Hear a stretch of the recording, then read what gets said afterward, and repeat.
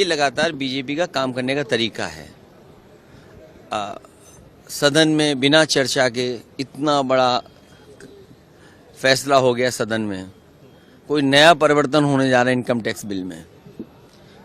नोटबंदी हम लोगों ने देखी, जीएसटी हम लोगों ने देखी, अमेरिका से टैरिफ लग रहा हम देख रहे हैं, हमारा पूरा कारोबार व्यापार चीन पर निर्भर हो गया। तो हम कहाँ जा रहे हैं देश को लेकर के? कैसे अमृत काल में विकसित भारत बनेगा?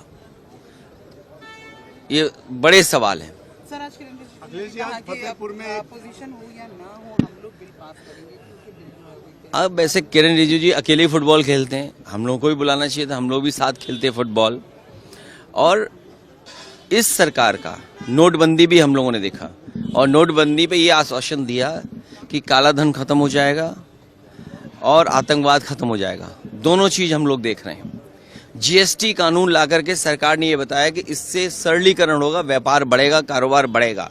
लेकिन जीएसटी मल्टीनेशनल कंपनियों के फेवर करने के लिए लाया गया था, और उसका परिणाम ये हुआ कि सबसे ज़्यादा संशोधन करना पड़ रहा है।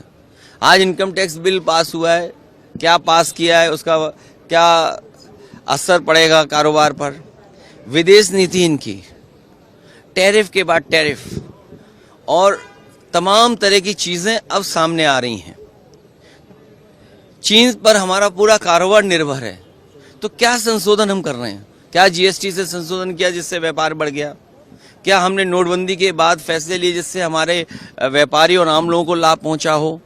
कोविड टाइम के समय जो परेशानी आई, यहाँ कोई पत्रकार ऐसा नहीं होगा जिसका उसके बाद वेतन बढ़ा हो। जो कम हुआ वो आज भी वैसा ही है। तो क्या लाभ मिला? और टैरिफ के बाद टैरिफ, और पूरा चीन पे निर्भर कर रहे हैं हम लोग कारोबार। सोचिए तो मेक इंडिया क्या है, विकसित भारत क्या है, अमृतकाल क्या है, डिजिटल इंडिया क्या है?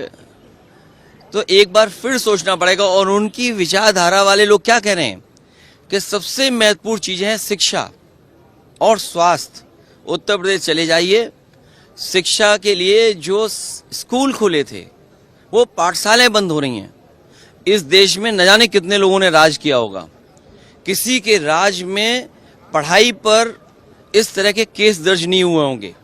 अंग्रेजों ने भी शायद मुकदमे नहीं लिखाए होंगे पढ़ाई को लेकर के। लेकिन बीजेपी की सरकार में पढ़ाई को लेकर के आप अगर पढ़ाना चाहते हो तो मुकदमे दर्ज हो रहे हैं। कोई कल्पना कर सकता है 20,000 से ज़्यादा प्राइमरी स्कूल बंद हो जाएं, वो गरीब बच्चों के लिए?